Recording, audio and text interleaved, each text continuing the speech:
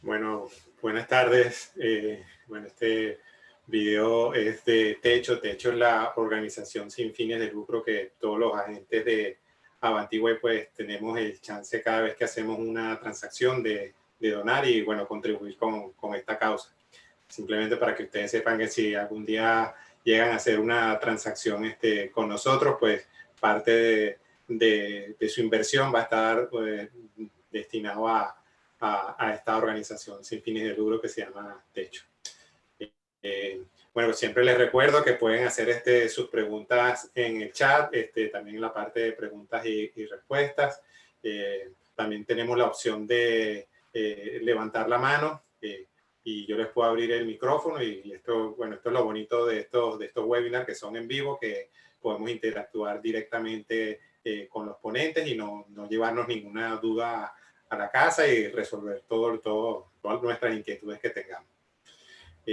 Hoy, pues el invitado especial y el tema de hoy es el poder de la deuda.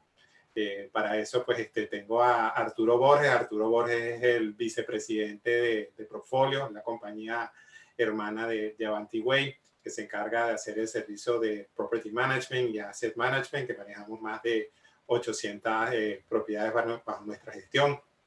Y bueno, Arturo tiene mucha experiencia en el sector de real estate y en esta parte del apalancamiento y de cómo maximizar los beneficios de una inversión inmobiliaria. Así que, Arturo, quisiera que fuéramos comenzando quizá con algo que me comentaste antes de empezar el webinar. Bueno, es un poco el mindset o antes de entrar en números, la parte cultural de la deuda y bueno, sobre todo de nosotros los hispanos y los latinos, ¿cómo es el mindset que tú ves en esa parte?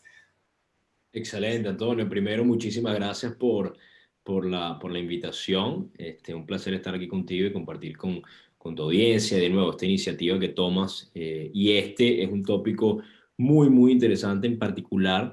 Y te agradezco por la iniciativa de traer esta conversación de nuevo a la gente. Como tú dijiste, el componente cultural de la deuda. Yo creo que es algo fascinante porque realmente en general, no es algo particularmente de los latinos, pero sí, o sea, nosotros los latinos nos criamos con la creencia de que el término deuda es algo negativo. Y sí, entendemos que por lo general el término deuda tiene una connotación negativa, pero sí debemos entender que existe, o sea, de qué deuda estamos hablando, ¿no? Existe la deuda buena y la deuda mala, y esto es Personal Finances 101, Robert Kiyosaki, Padre Rico, Padre Pobre.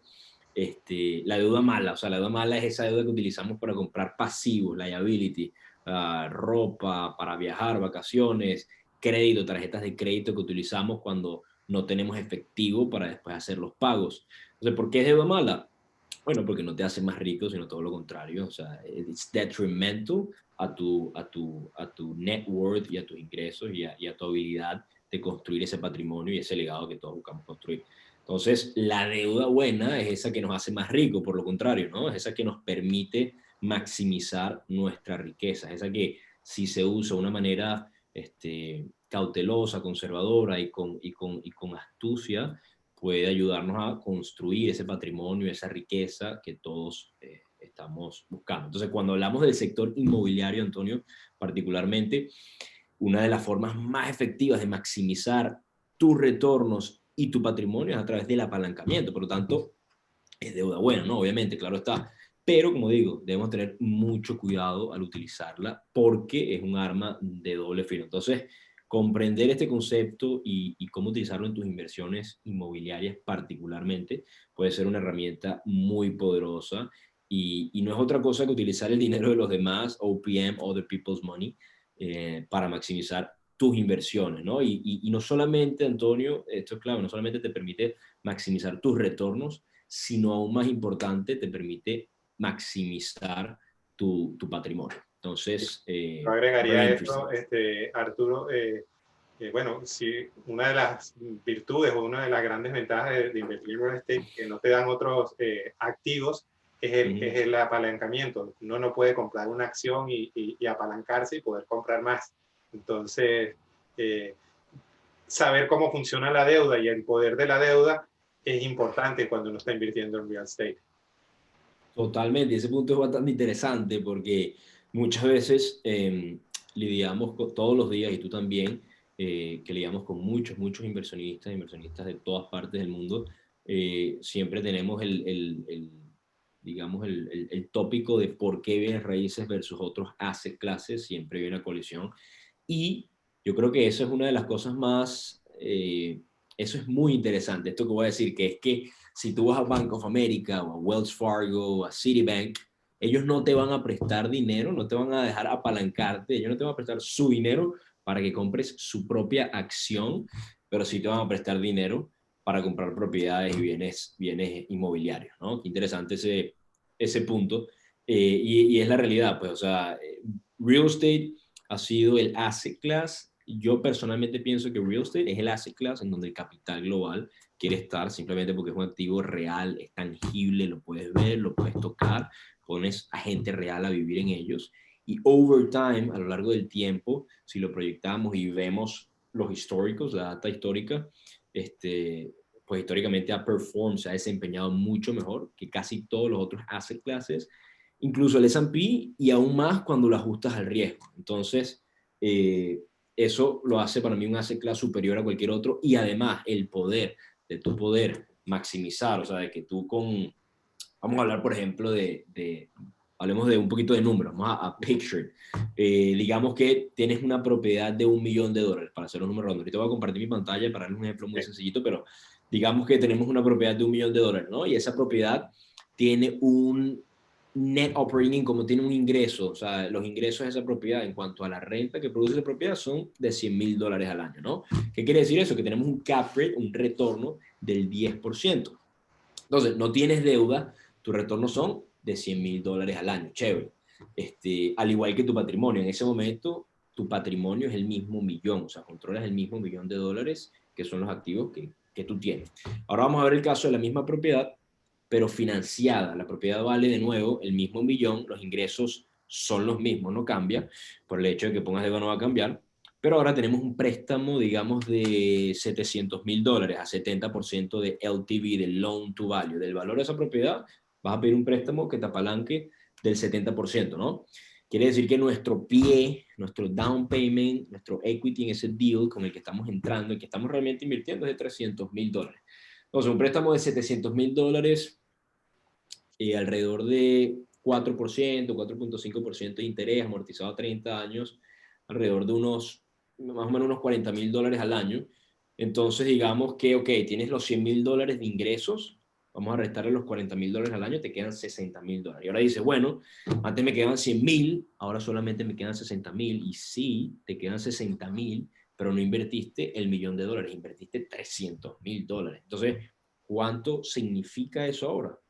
Estamos hablando de prácticamente un retorno del 20% versus ese mismo cap rate del 10%. O sea, en este ejemplo estamos viendo prácticamente que en cuanto a tus retornos anuales de flujo de caja, estás prácticamente doblándolos. Y no solamente eso, como el punto que tocó ahorita, sino que ahora tienes otros $700.000 líquidos para invertir, y vamos a decir que compras otras dos propiedades igualitas y eres 100% dueño de cada una de esas propiedades, porque eso también es otro misconception, Antonio, de la gente, o sea, que we vilify los bancos, y que en los bancos y esa propiedad no es tuya, el banco es dueño de esa propiedad. Sí, cuando tengas un problema con el inquilino, trata de llamar al banco y dile, mira, este inquilino rompió tal, voy a arreglarlo, a ver qué te va a decir el banco. Esa propiedad es tuya, y el banco, o sea, es importante entender el componente cultural, es importante entender que el negocio del banco no es real estate. El negocio del banco es prestar dinero y generar retornos a sus inversores de ese dinero y a sus shareholders. That's it. Esa es la meta del banco. El banco, créeme, que lo último que quiere hacer el banco Y Arturo, es...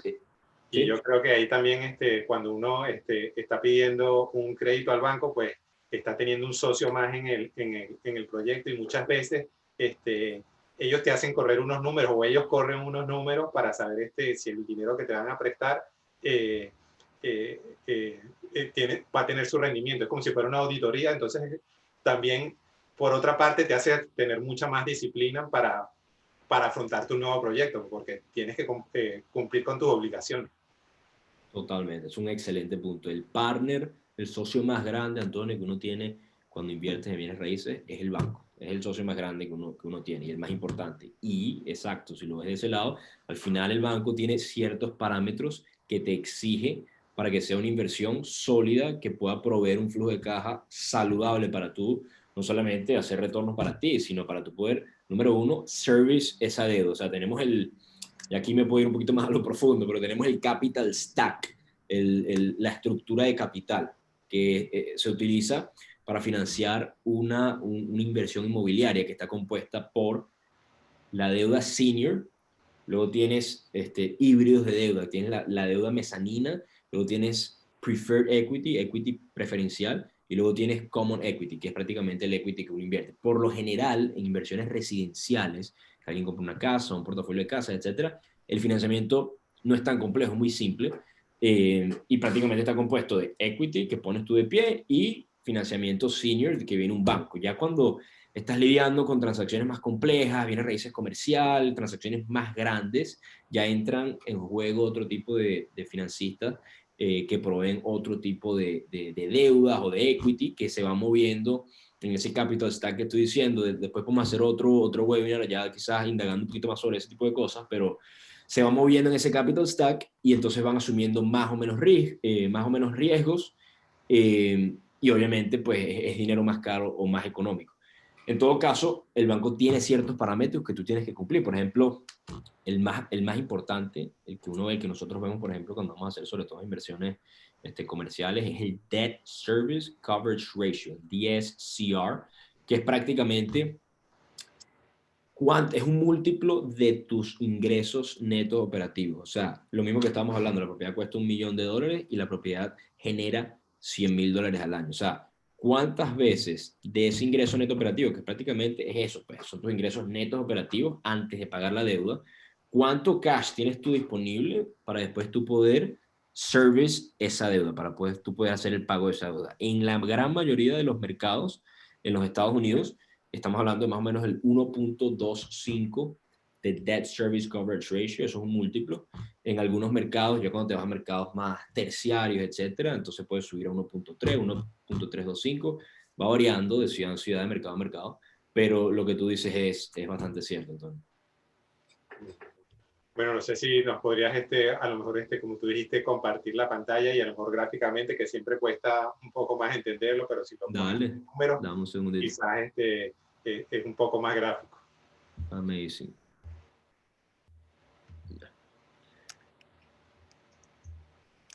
Okay. Confírmame, Antonio, si ves mi pantalla. Ahora sí. ¿Sí? Estoy viendo índices y fórmulas. Sí. Eso, índices y fórmulas. Aquí bien sencillito, más o menos el ejemplo que les puse, pero con otros números un poquito menores. Vamos a decir que esta propiedad tiene un precio de compra de $100.000, ¿no?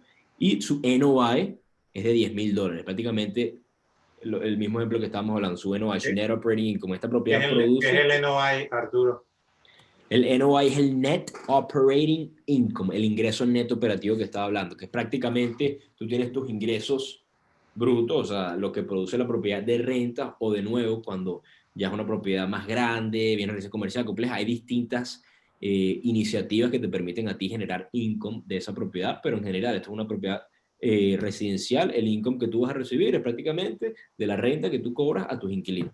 Y ese income es de $10.000. Entonces la propiedad cuesta $100.000, produce $10.000, ¿no?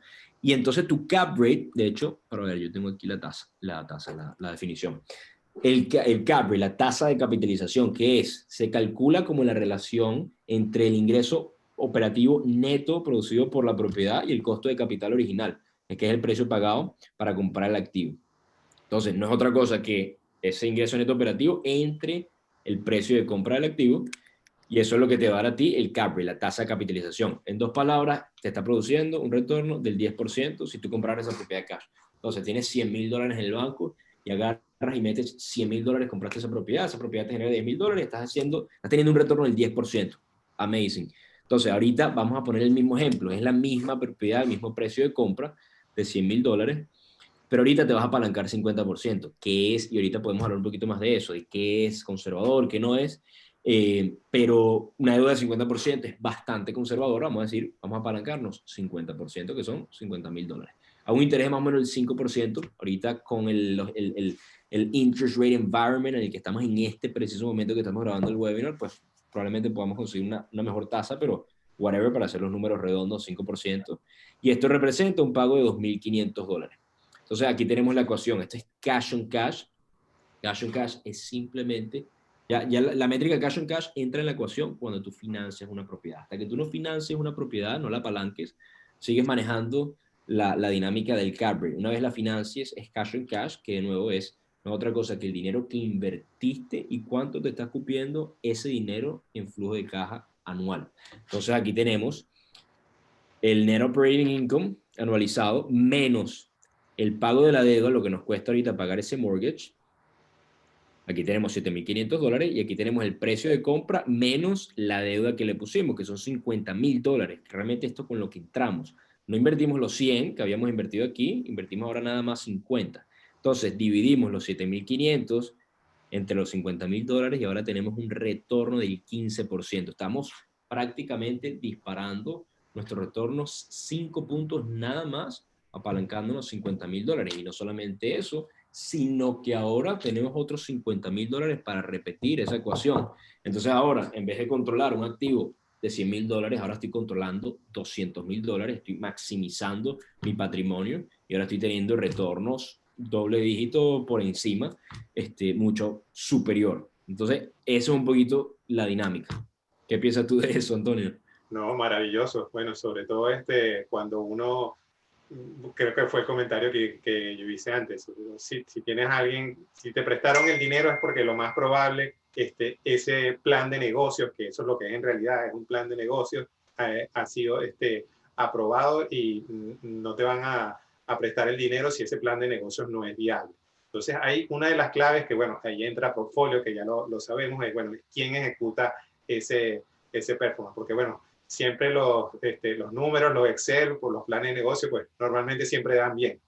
Pero el momento difícil es cuando uno lo va a ejecutar y por eso, bueno, un equipo profesional como Portfolio no solamente te da ese rendimiento, sino muchas veces te lo dispara o te lo maximiza mucho más. Estás on point, Antonio, porque, a ver, a la final, lo que tú dijiste, o sea, todos los números, quien sea te puede poner una proforma espectacular, pero a la final, el equipo ejecutador, quién está detrás, que tiene el track record, la experiencia y la habilidad de ejecutar cualquiera sea la estrategia o el plan de negocio, es lo que va a determinar realmente cuál va a ser tu outcome en cualquier sea el proyecto de inversión. Yo siempre hablo cuando hablo con mis clientes, siempre les cuento la historia de que uno como inversor, como inversionista en bienes raíces, típicamente uno busca, bienes raíces se puede poner muy compleja, pero yo siempre trato de mantenerlo lo más simple posible porque no es rocket science. Y entonces siempre se los trato de explicar hacia mis clientes. Y es que uno como inversionista siempre busca tener, o sea, busca la habilidad de comprar una buena propiedad, una propiedad de calidad en una buena ubicación, pagar el precio correcto, no overpay por esa propiedad, poner una deuda, apalancarse, pero una deuda conservadora, y ahorita podemos hablar de eso. Digamos que si tienes esos ingredientes alineados, estás frente a lo que puede ser una potencial excelente inversión. Esos son todos los fundamentos, digamos, pretty much, de una buena inversión en bienes raíces. Pero hoy en día, Antonio, o sea, frente a este landscape tan competitivo y particularmente cuando hablamos de Miami y del sur de la Florida, que es un mercado tan seco, tan tight y tan competido, tener tú la habilidad de poder manejar esos activos de una manera eficiente, manejarlo desde el día a día de las operaciones, de manejar esas propiedades, hasta el manejo financiero de la inversión y no ver una propiedad como una propiedad, sino ver una propiedad como un activo financiero para que tú realmente lo puedas gestionar y después puedas maximizar esos retornos. Esa va a ser la clave y obviamente quien sea que esté detrás de ese manejo, de esa gestión, de esa inversión, es clave. O sea, el team que tú pones, that you put together, es clave. Y de hecho, al punto de la deuda y los bancos, los financistas, mientras vayas, mientras tú escales más el tipo de propiedad que compras, o sea, pasas de comprar una casita, dos casitas, te gradúas a multifamily, empiezas a comprar complejos de apartamentos, 100 unidades, pum, 200, 300, o retail centers, centros comerciales, edificios de oficina, el mismo prestamista, eso es clave. El team que tú tienes, ¿cuál es el equipo ejecutador? El prestamista te va a pedir a ti un plan de negocios y en ese plan de negocios, quien sea que esté respaldando eso, ¿quién es el equipo ejecutador? ¿Quién es el asset manager? ¿Quién es el property manager? ¿Quién es que va a estar detrás ejecutando ese proyecto, ese business plan y esa inversión con el dinero del banco? Es clave. Y si no es un equipo sólido, ni siquiera vas a obtener el financiamiento. Entonces, si el banco está haciendo eso, pues tú, con más razón aún, te debes de verificar quién es el equipo que está ejecutando tus inversiones totalmente. Yo creo que eso también volvemos al principio de la presentación, bueno, que era el miedo a veces que tenemos de endeudarnos, porque no sabemos si vamos a ser capaces de afrontar esa deuda. Pero si estamos rodeados de equipos profesionales, pues ya ese miedo pues se mitiga un poco porque estamos acompañados por profesionales que conocen la industria y que tienen mucha experiencia. Yo aquí puedo contar un poco mi experiencia como inversor. Es otra Es una forma excelente historia, tal cual. de buscar de afrontar la deuda, pues nosotros, como muchos otros, antes de ser un experto en el área inmobiliaria, pues comenzamos comprando propiedades, condominios aquí en el sur de la Florida, en Miami, en el segmento de la clase media, y las compramos en efectivo. Compramos 4 propiedades y bueno, fuimos aumentando nuestra curva de aprendizaje. Una vez que ya tuvimos conocimiento del mercado, conseguimos al equipo ejecutor, que eso nos dio mucha tranquilidad, es la realidad.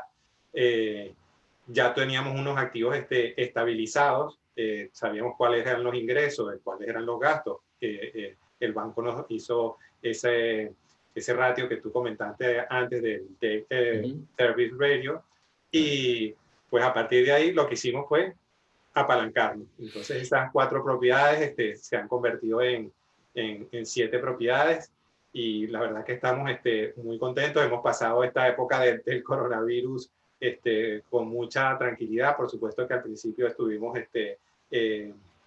con bastante nerviosismo, pero al tener un equipo por detrás que maneja más de 800 propiedades, más de 800 inquilinos y que sabía cuáles eran todas las técnicas que debía utilizar, pues nos quedamos tranquilos que bueno, es un poco ese balance entre la parte numérica y bueno, y cómo se siente uno.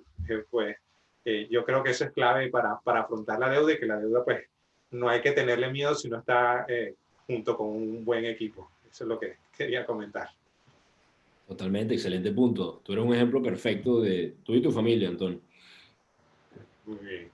Bueno, pues aquí hay alguna pregunta, no sé si tú la puedes leer, Arturo, que dice, si compras otras 2 casas con los $100,000 y te apalancas con 2 créditos de 50, ¿la tasa es mayor?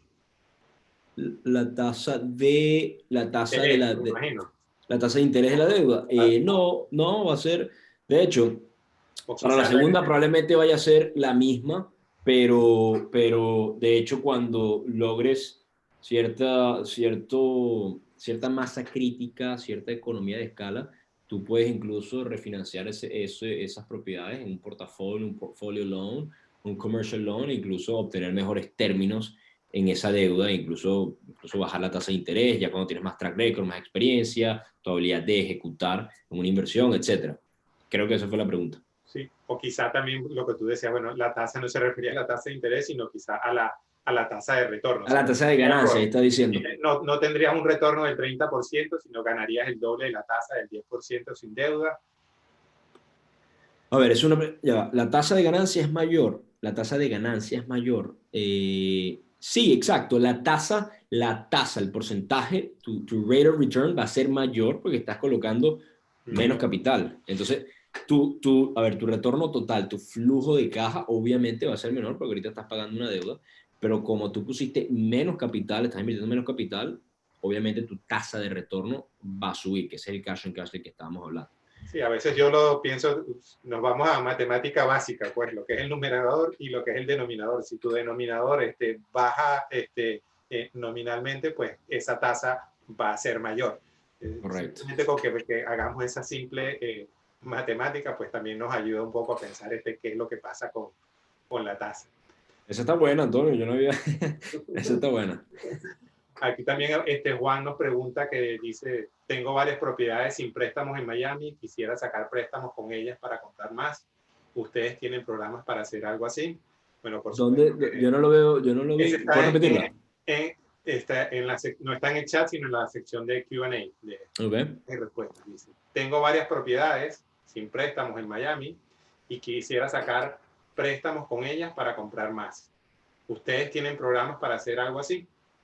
Claro que sí, Antonio, respóndele la pregunta. Sí, nosotros trabajamos con lenders, con bancos hipotecarios, que con todo gusto, que es otra parte de nuestra red de afiliados o de colaboradores, te podemos poner en contacto con ellos y por supuesto que es el mismo caso que yo comenté ahorita, uno tiene un equity en esas propiedades y lo que tiene que hacer es evaluar la posibilidad de que te den un crédito, eso se llama un refinanciamiento o un cash out, que sí existe esa posibilidad.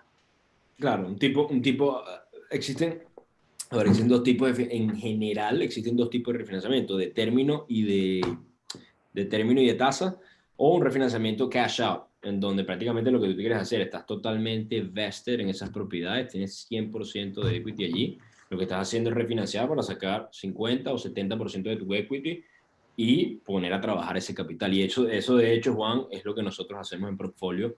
O sea, nosotros prácticamente somos gestores de activos inmobiliarios, como Antonio decía, manejamos casi $1 billón en propiedades para pequeños inversores y grandes fondos de inversión que le manejamos sus portafolios. Y lo que hacemos nosotros es regla número uno, es preservación de capital. Como dice Warren Buffett, su rule number one for investing es don't lose money, y su regla número dos es don't forget rule number one. Entonces, siempre nosotros somos muy conservadores en nuestro approach para invertir en bienes raíces y manejar las inversiones. Entonces, número uno, preservar capital, y número dos, maximizar retornos, como por ejemplo ese es el primer paso para poder maximizar tu patrimonio y el patrimonio de tu familia. So, 100%.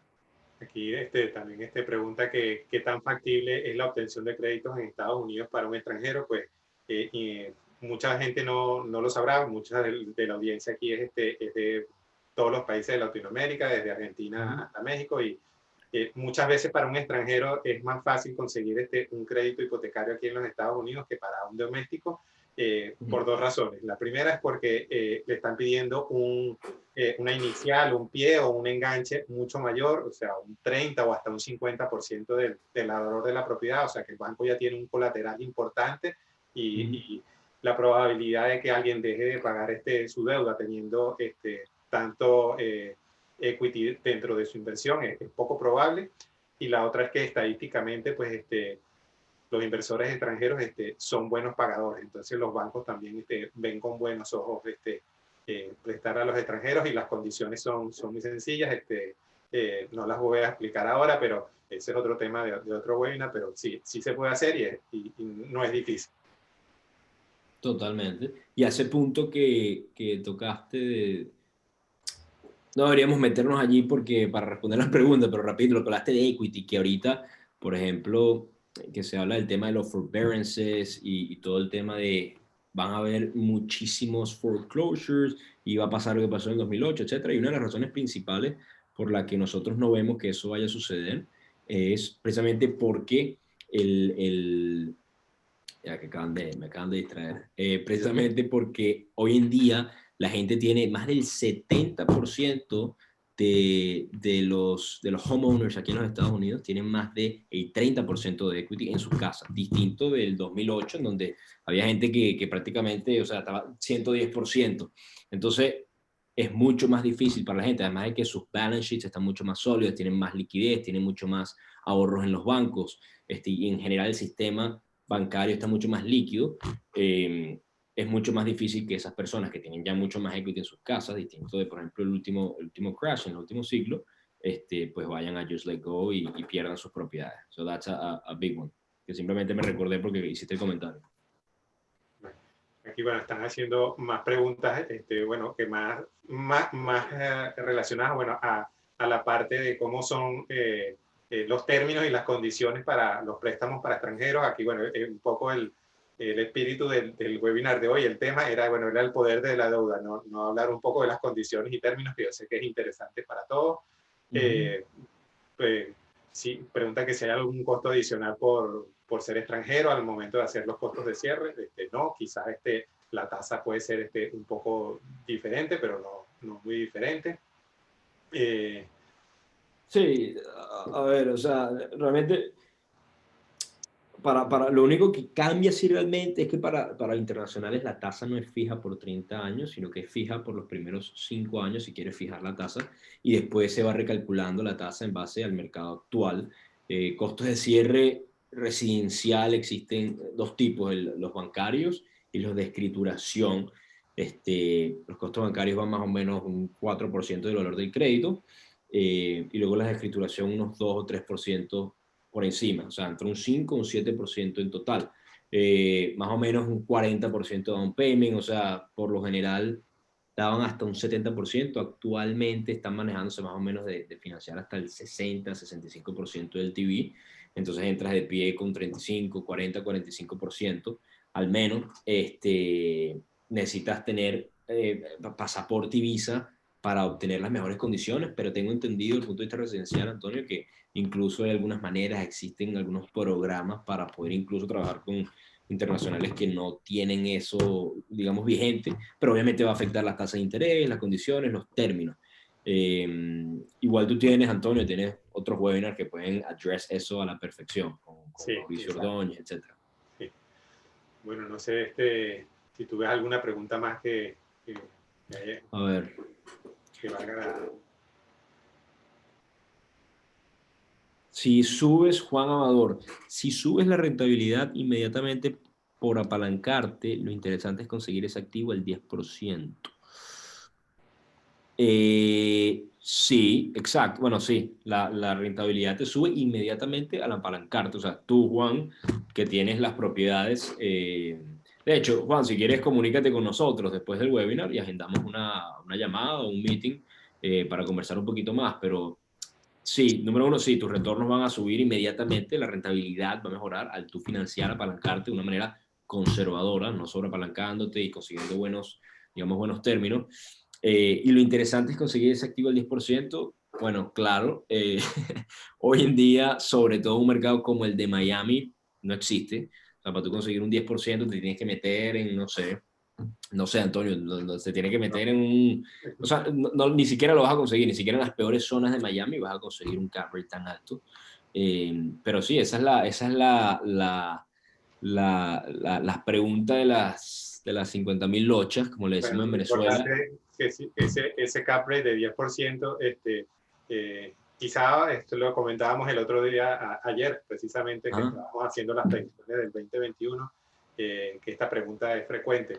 Bueno, ese cap rate de 10% a lo mejor era hace tiempo. Ahora lo importante es saber, bueno, si tú ahora obtienes un cap rate de un 5%, tienes que ver qué otros activos o qué otras inversiones te darían ese mismo 5%, siempre hablando del nivel de riesgo que tiene ese otro activo, porque por eso es que siempre hay que comparar.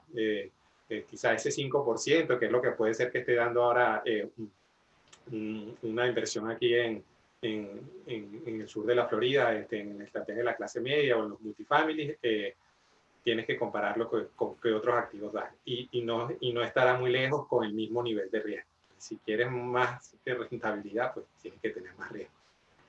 Excelente punto. Y de hecho, más que una tasa de retorno, el cap rate yo lo veo como una medida de riesgo. Correcto. Sí, Más que todo, a ese punto.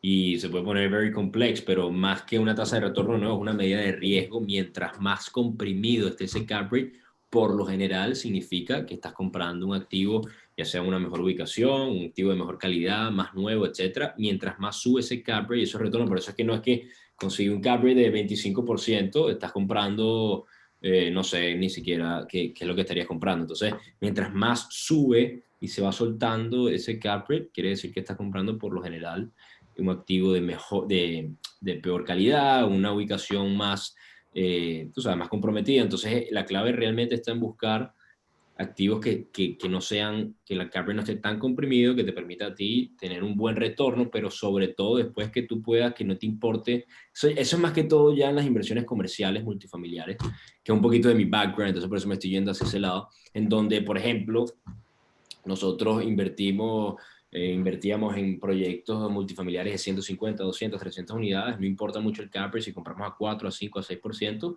porque nuestra estrategia era agregarle valor a la propiedad mediante distintas iniciativas, incrementar su flujo de caja, incrementar el valor, y al final no nos importaba ese cap rate porque nosotros íbamos a maximizar ese flujo de caja. Entonces, bueno, de nuevo, más que una medida de retorno, es una medida de riesgo, lo que es la tasa de capitalización. Y bueno, preguntaba Martín que cuál es el costo de la hipoteca, ya que en las fórmulas no está descontado ese valor. Pues no entiendo muy bien la... Eso en el Q&A. Sí, ¿Dónde está? Martín Musitano. sí. Martín, ¿cuál es el costo total de la hipoteca? Ya que en las fórmulas no está descontando el valor. El costo de la hipoteca me referencia a la fórmula. El costo de la hipoteca es el ejemplo que yo les di es 5% de interés. Una deuda de $50,000, que es 50% de LTV, de Loan to Value, a 5% de interés. Okay. Y bueno, Gustavo pregunta que si se le puede dar crédito a alguien de 62 años, aquí en los Estados Unidos sí, porque no hay discriminación por edad. Right. No importa la edad que tengan, le pueden hacer su precalificación, y si precalifican, Y te lo amortizan a 30 años también. y te lo amortizan a 30 años, exactamente. Sí. Ok, ¿qué más? Pues no. ¿Qué otras ciudades de Florida tienen mejor tasa de retorno? Bueno, a ver, un poquito para Big Picture, para explicarlo, lo que acaba de decir el cap rate, la tasa de capitalización, mientras más comprimido, de nuevo, o sea, eso es porque es un mercado, es que me puedo poner muy complejo, un mercado más core, mucho más, o sea, luego estamos hablando del espectro riesgo-retorno, entonces un mercado muy core, o sea, las ciudades principales, si te vas, por ejemplo, a San Francisco, a Los Ángeles, a Nueva York, a Chicago, Miami, son de las principales, son mercados primarios. Miami no es un mercado primario, pero estas ciudades son mercados primarios y ahí los cap rates son muy, muy comprimidos. Entonces, a medida que te vayas a mercados secundarios o terciarios, ese cap rate se va a ir decompressing y van a estar mejores cap rates. Pero, obviamente, la clave es estar en mercados que no estén tan comprimidos porque ya no están tan desarrollados y no hay tanta demanda y no está tan denso, pero van hacia allá. Entonces, mercados secundarios con igual buenos fundamentos económicos, macroeconómicos para invertir. Por ejemplo, en Florida, tu pregunta, ciudades como Tampa, ciudades como Orlando, ciudades como Jacksonville, que están proyectadas